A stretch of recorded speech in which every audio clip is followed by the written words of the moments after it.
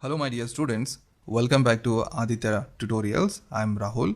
Now in this video, I'm going to discuss the negative deviation. So as I mentioned in my previous videos, that is, there are two type of solutions. One is ideal, another one is non-ideal.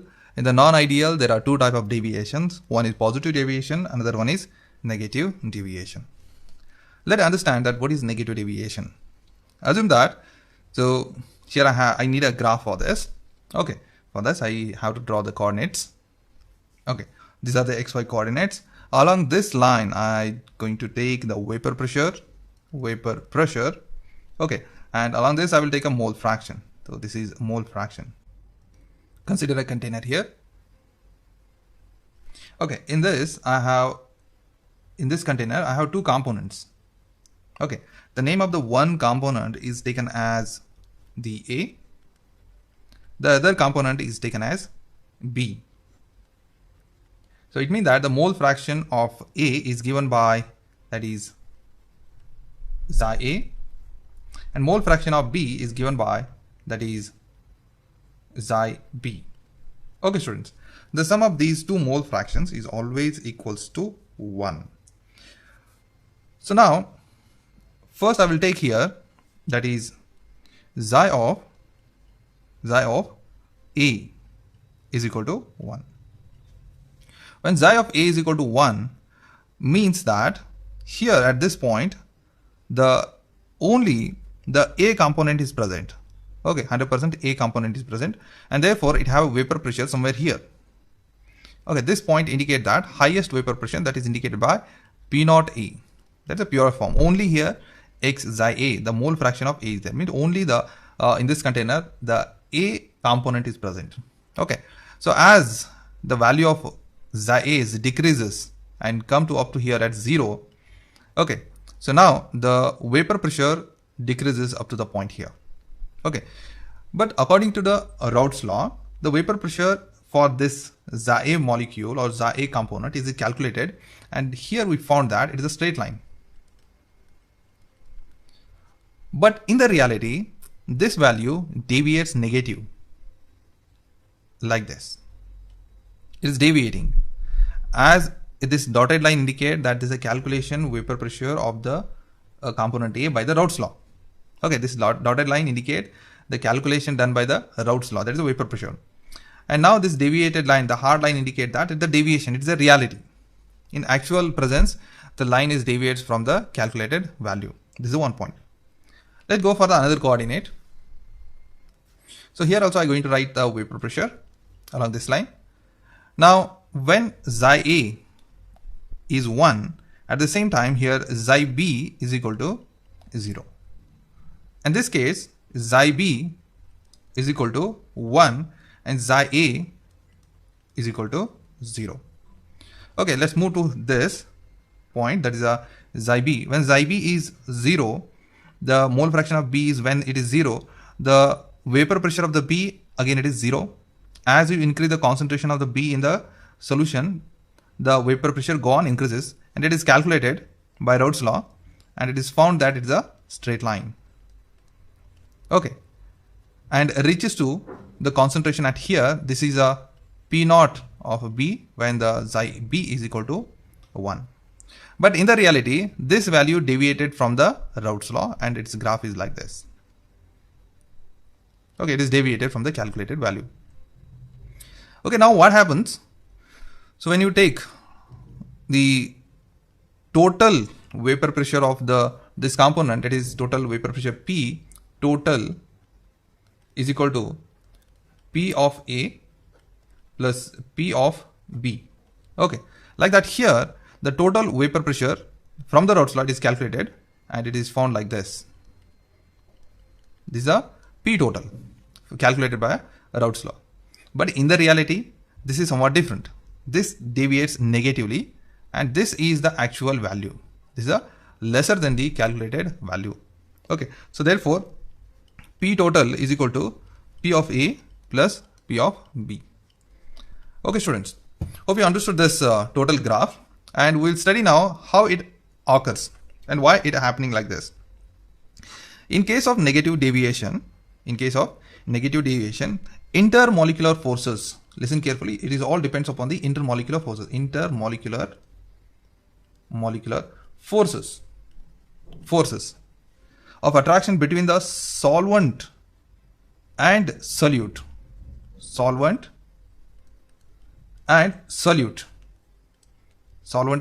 These are the two interactions between the solvent and the solute are stronger as compared to, if you take here comparison, solvent to solvent interaction is weaker. Again, solute to solute, if you compare, then it is also weaker.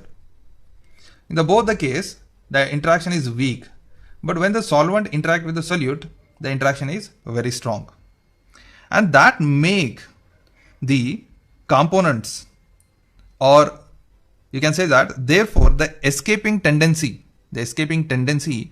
of molecules of the components from the solution to the vapor phase decreases. Okay, तो यहाँ पे सोल्यूएंट and solute के बीच में जो interaction ज़्यादा है, इसी वजह से ये जो मॉलिक्यूल है एस्केप नहीं कर पाता, तो इसीलिए वेपर फेज में जो कॉन्सेंट्रेशन रहता है ए का या फिर बी का, वो कम रहेगा, that is becomes lesser. This results in the negative deviation. इसी वजह से यहाँ पे नेगेटिव डेविएशन होता है. फॉर एग्जाम्पल, मान लो कि एक हमने मॉलिक्यूल लेना है यहाँ पे, a particular example will take. Assume that we are taking here chloroform. Okay, chloroform, और क्लोरोफॉर्म को मिक्स करना है एसीटोन के साथ, एसीटोन. ओके, तो अभी क्या होगा, एसीटोन जो मॉलिक्यूल है that is CH3, C double bond O, then it is CH3. तो ये जो मॉलिक्यूल है इंटरेक्ट करेगा hydrogen of the chlorophyll molecule, sorry, it should be Cl, right? This is Cl. This is chloroform, and in this chloroform molecule, this carbon is electron deficient. Okay, and because of that reason, this hydrogen also gains a positive charge. Okay, so by that, this positive charge is decreases on the carbon. Okay, so it is decreases here. So along with that, we have to remember that in these molecules, these are two type of charges are there. Hydrogen carrying the positive charge, all three Cl atoms carrying here negative charge. And in these two atoms, carbon and oxygen, carbon gains a positive charge and oxygen gains a negative charge because oxygen is more electronegative than the carbon. And then it start attracting the hydrogen. And this attraction in these molecules is stronger. It is stronger.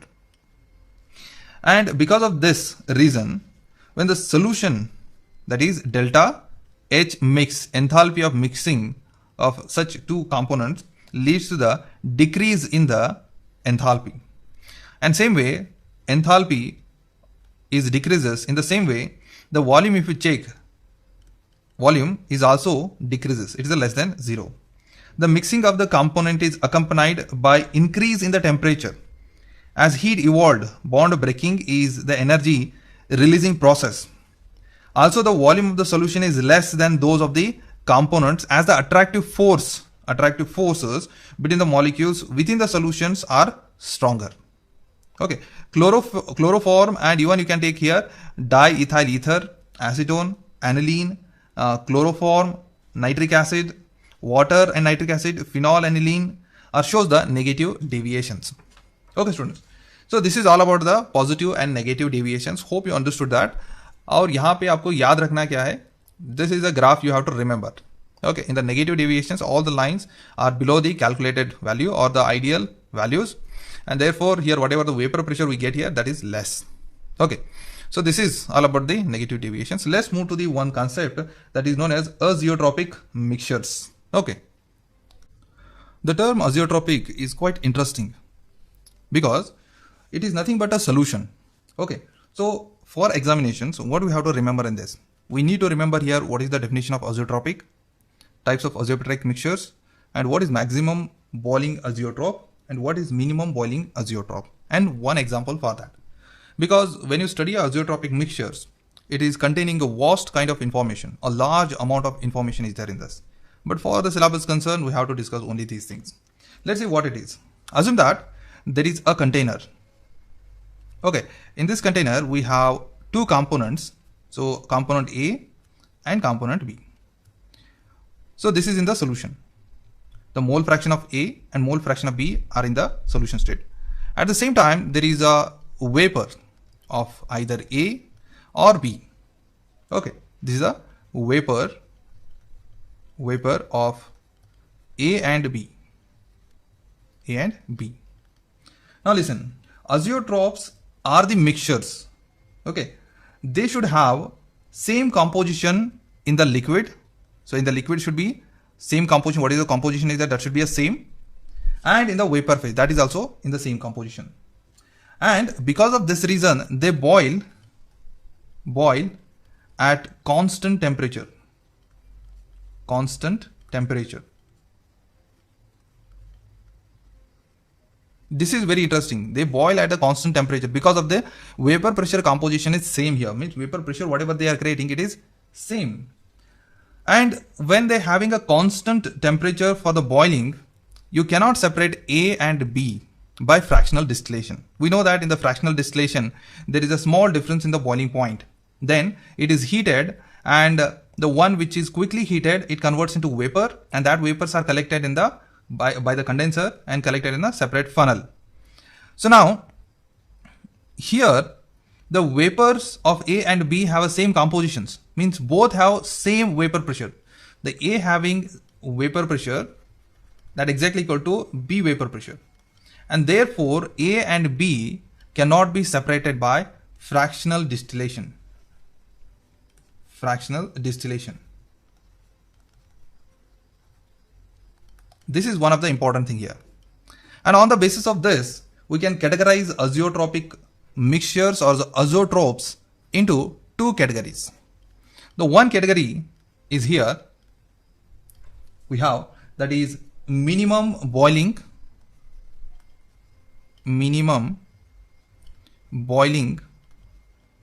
azeotrope. The another one is maximum boiling azeotrope. Okay, so what is the meaning of minimum boiling azeotrope and maximum boiling azeotrope? Assume that in a solution which shows a large positive deviation, So assume that we are discussing here minimum boiling azeotrope.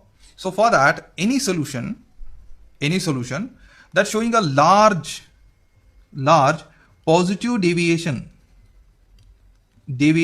from Raoult's law, In that case, the boiling azeotrope at a specific concentration it is. For example, if you take ethanol plus water, in that the ethanol is 95% by volume in a water, then it is called as minimum boiling azeotrope. Okay, so it means that the boiling point of this solution is less because it already showing a positive deviation. The vapor pressure already it is having more, and for the boiling point we know that it should be any liquid is boiling means that its vapor pressure should be equals to atmospheric pressure. Already it having a large amount of vapor, and you need little amount of temperature to make the vapor pressure equals to atmospheric pressure. Therefore, it needs a very small amount of temperature to boil it. Okay, come to the next point. Any solution which is showing the negative deviation from Raoult's law, then the vapor pressure, whatever it is created by this solution, having a less vapor pressure, and therefore you require here more amount of temperature to make the vapor pressure equals to atmospheric pressure, and then it's going to boil, and that is only for the maximum boiling azeotrope. And what example we can give here? We can give here water is mixed with the HCl. And the concentration should be of the HCl here. This is 20% or 20.2% by its mass. And here it is by volume. Okay, don't confuse. This should be by a volume. Okay, so this is the differences between the azeotropic and that is minimum and maximum boiling points. Okay, student. Let's move to the next, that is known as a colligative property. Okay, this is quite interesting properties. Colligative properties are very interesting properties, and the core of the solution topic is on the colligative property only. The core concepts are present in the colligative property. I give a simple example to understand the colligative property. Okay, you take a glass, and in that glass you have to add 1 tablespoon of sugar. Okay, you check the sweetness. Take another glass, add the same amount of water. In this you add 10 teaspoons of sugar, and again you check the sweetness. This is the first case and it is the second case. And your observation is that if I ask that which one is having more sweetness, and your answer should be here 2. 2 is greater sweeter than the first one. Okay, the reason is in the compartment number 2 or the glass 2 contain 10 spoons of sugar. Means in this the sugar particles are more as compared to the first one. Sweetness is a colligative property. Why? Because the sweetness is a property that depends upon the number of particles. Number of particles. In this case, the sugar particle is a number of particles. In the 2, there are more number of sugar particles are there compared to first one. Therefore, there is a variation in the property, that is sweetness property. So therefore, sweetness is a kind of colligative property. It is the explanation given by my side, but sweetness is not actually colligative property. This is an relevant. This is just an example that sweetness, how it can be categorized as that is colligative property. Okay, so any property that depends upon the number of particles, solute particles present in the solution, then it is known as the colligative property. Okay, let's see here. In the colligative property, the solution of non-volatile solute in a volatile solvent. This is a container. In this container, you have taken 2 components. One is volatile solvent and added solute, and that solute should be non-volatile. This should be a very important condition. Solvent is always a volatile and solute is always a non-volatile in this case. These solutions, means in the solution which is present containing the solute with a non-volatile, solvent is a volatile. These solutions exhibit some properties which depends upon the number of solute particles. The properties depends upon the number of solute particles in the solvent. Okay, these properties are called as a colligative property. These properties are called as colligative properties. From the Latin, the word colligative meaning is together. Okay, together bind.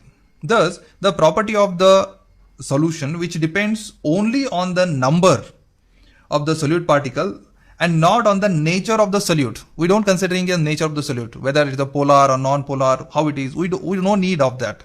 Only the properties that is depends upon the number of solute particles are called as colligative properties. We have to list what kind of colligative properties are there around us. And for your syllabus, the first colligative property already we discussed that is relative lowering of. It will repeat again, relative lowering of vapor pressure. This is the first property. The second one, it is related to the relative lowering of vapor pressure, that is elevation. That is elevation of boiling point. Elevation of boiling point. Here, when you add a solute, the boiling point of the solution increases.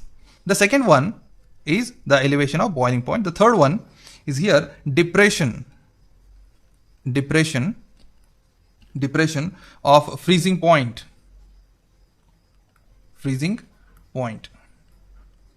Okay, when you add a particular solute in a solvent, the freezing point of the solution decreases.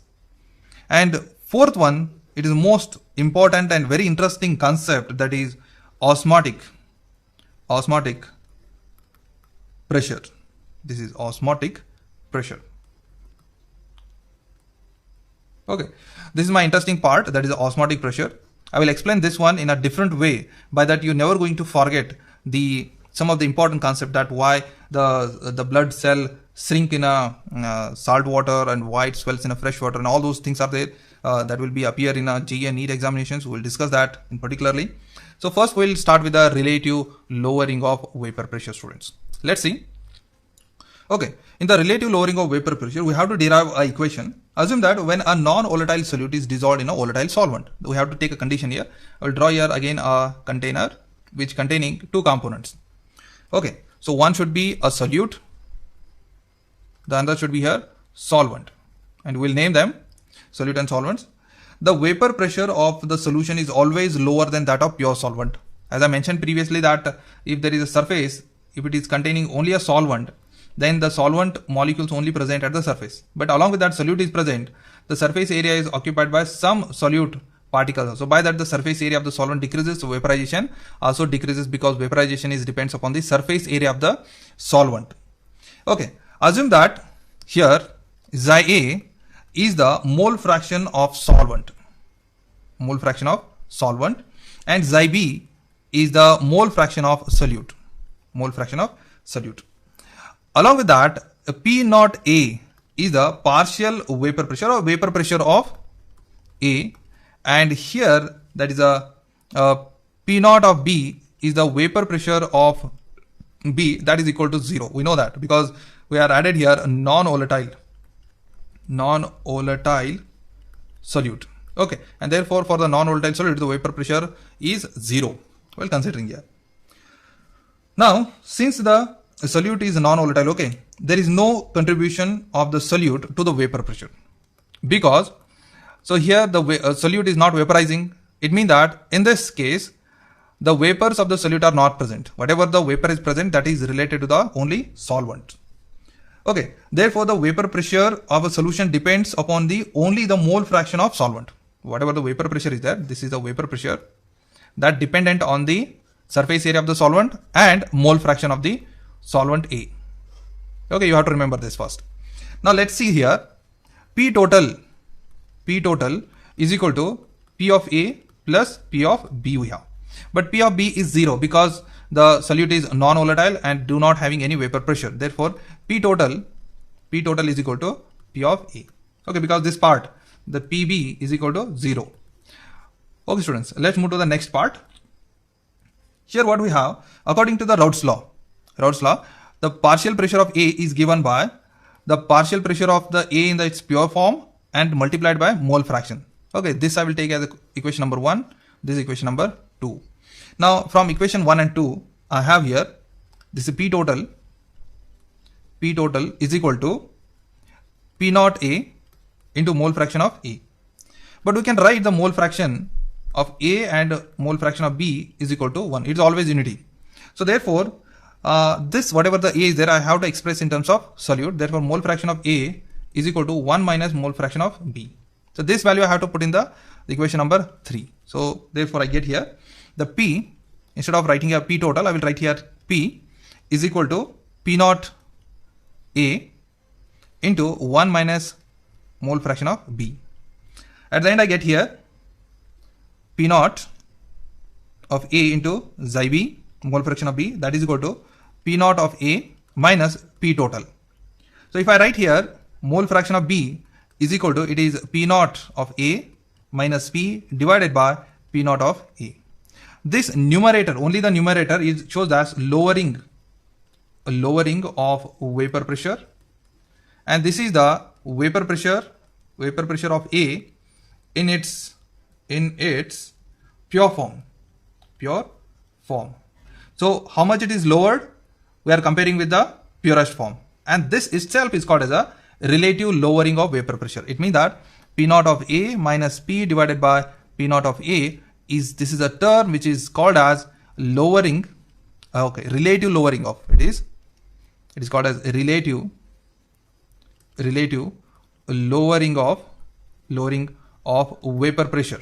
Relative lowering of vapor pressure, and this relative lowering of vapor pressure is directly proportional to mole fraction mole fraction of solute. Hope you understood this concept, students.